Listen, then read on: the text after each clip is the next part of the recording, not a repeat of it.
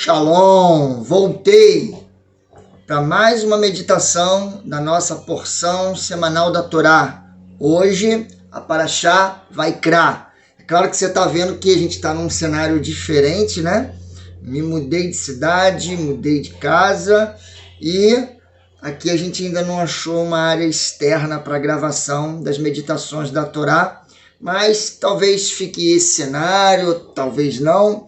Mas importante é nós meditarmos sobre essa porção, iniciando o livro conhecido como Levítico, mas no hebraico é Vaikra, que significa e ele chamou. Moshe foi chamado para instruir os filhos de Israel sobre as ordens sacrificiais.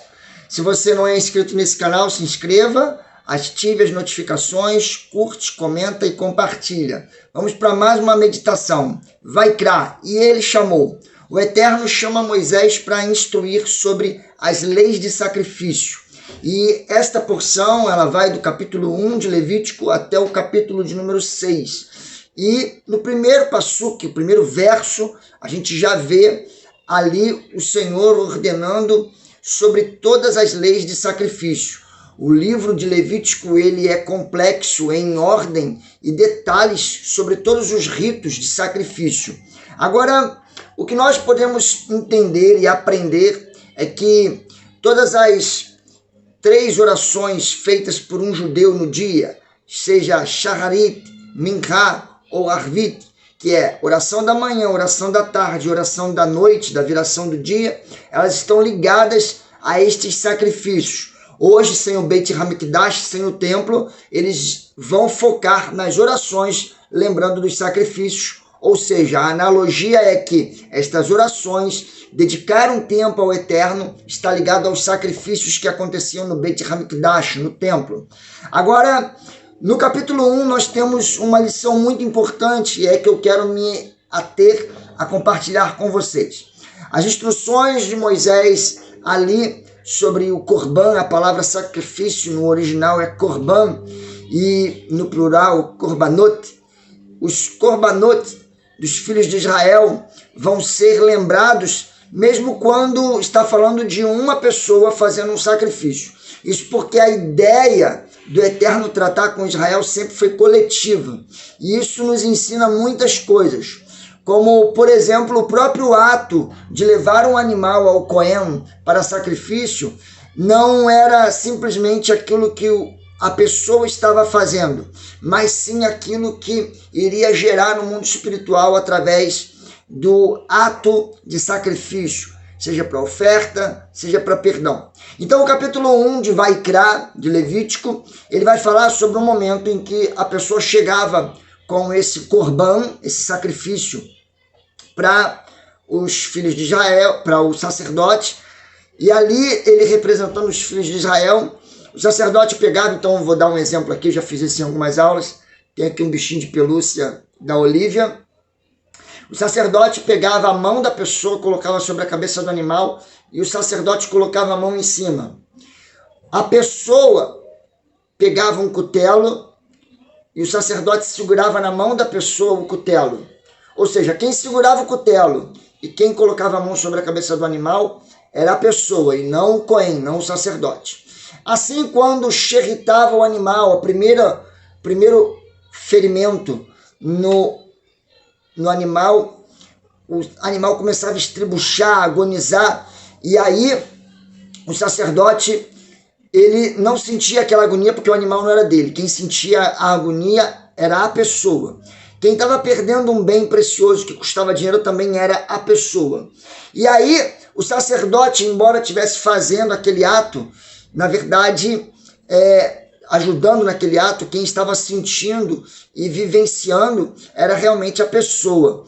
Por isso que a palavra corban, ela significa aproximação e não tem a ver com trazer um animal, mas ser parte de.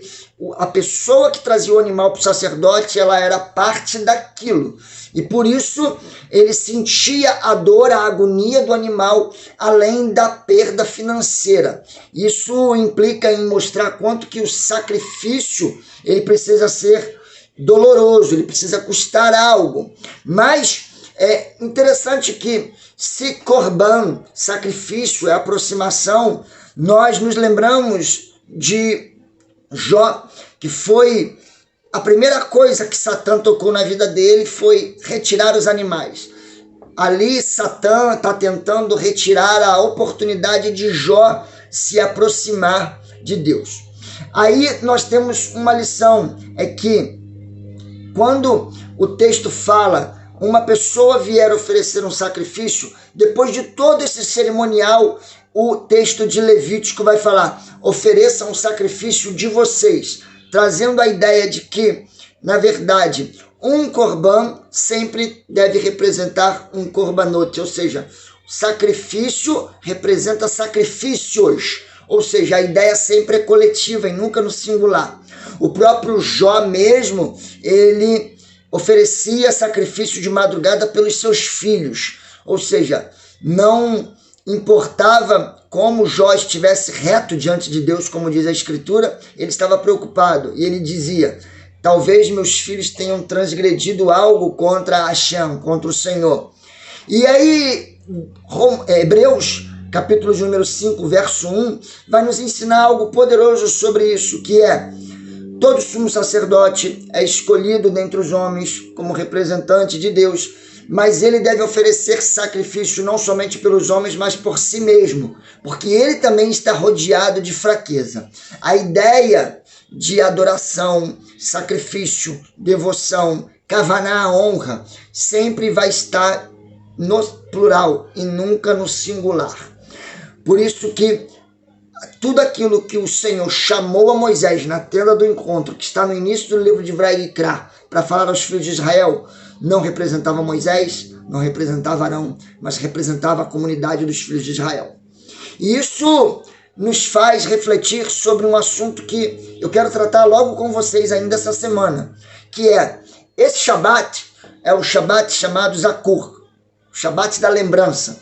Nós estamos às vésperas da festa de Purim, que vai cair no dia 16 e 17 de março, ou seja, no dia 14 e 15 de Adar.